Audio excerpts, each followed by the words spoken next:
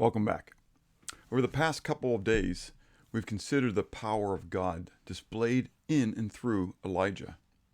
James states that Elijah was a normal man, just like us, but who earnestly and fervently trusted in God, and his prayers reflected that faith. In yesterday's meditation, we saw the weakness of Elijah when he ran from Jezebel. Though this man of great faith stood on Mount Carmel and defied hundreds of prophets and people, he then ran from the threat of one queen. But in the midst of his spiritual, if you would, depression, Yahweh encouraged him and exhorted him with a couple more tasks to perform. Paul also was a man of great faith. But Paul as well was just a normal man who chose to believe God would do as God had promised. Paul's boldness was a result then of his great confidence in God. Yet Paul, like Elijah, had as well times when he needed to be encouraged and strengthened. We saw that specifically when we considered the teachings of the life of Paul in the book of Acts in Meditations number 117 and then 122. In 2 Corinthians chapter 12, verses 7 to 10, Paul tells us of a time in his life when he cried out to God in prayer regarding a specific physical need, and then God's response. I'd like to read that portion of Scripture today and then consider that briefly. 2 Corinthians chapter 12. And lest I should be exalted above measure by the abundance of the revelations, a thorn in the flesh was given to me, a messenger of Satan to buffet me, lest I be exalted above measure. Concerning this thing, I pleaded with the Lord 3 times that it might depart from me. And he said to me, my grace is sufficient for you, for my strength is made perfect in weakness. Therefore, most gladly, I will rather boast in my infirmities, that the power of Christ may rest upon me. Therefore, I take pleasure in infirmities, in reproaches, in needs, in persecutions, in distresses, for Christ's sake. For when I am weak, then I am strong. Note first of all that Paul equates this quote-unquote thorn in the flesh to a messenger of Satan. This thorn was permitted to come into his life for a specific reason: to humble him. Paul says, lest I be exalted. Also then note that Paul states that he earnestly asked God 3 times for it to be removed from him. He pleaded with God that it would be removed from him. This powerful man of faith, who saw many miraculous healings done through him, who was stoned and then raised up as well, cried out to the Lord for this quote-unquote thorn in the flesh to be removed 3 times. But God said, no. God's will, again, trumps our desires.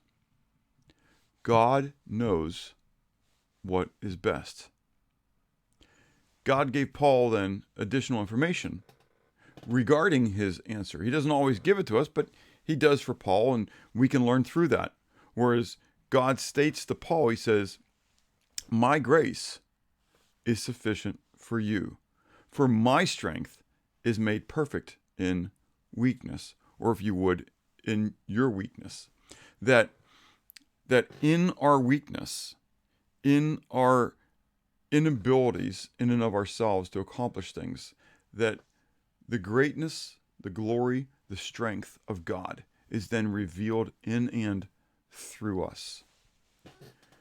Basically, God was saying, Paul, without this thorn, you might become full of yourself. Your ministry is supposed to be all about me, not about you. Therefore, I will be your strength. That leads me to the question for myself and by extension to you, and that is, how well do you handle a no? How well do you handle receiving no as your answer? Not just in prayer, but by extension, it then applies to prayer. But in life in general, what's your response when you receive a no? It's amazing to watch that in the life of a child. And we'd like to think as adults, we've grown through that, grown out of that, grown past that. But sadly, many of us still struggle and still inwardly buck up when we receive no as an answer. That same feeling, that same response mechanism is probably applied into your relationship with God when God doesn't necessarily answer your supplications as you desire for him to do.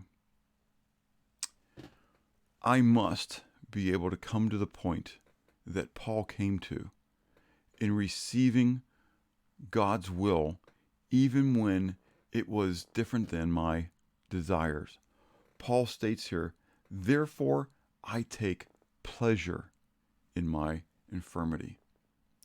If my infirmity isn't going to be taken away from me, if it's God's will for me to have this infirmity, then I will take pleasure in this infirmity, knowing that it is God's will, that his will is being done, and that I can glorify him in this moment and in this way. As you pray today, my challenge to you is to ask God, are there things that you are not submitting to according to his will, that you need to grow in receiving a no, or that you might even need to become more bold in even asking things to which you might receive a no? But take time to pray, but then be aligned with God in desiring his will. And have a blessed day.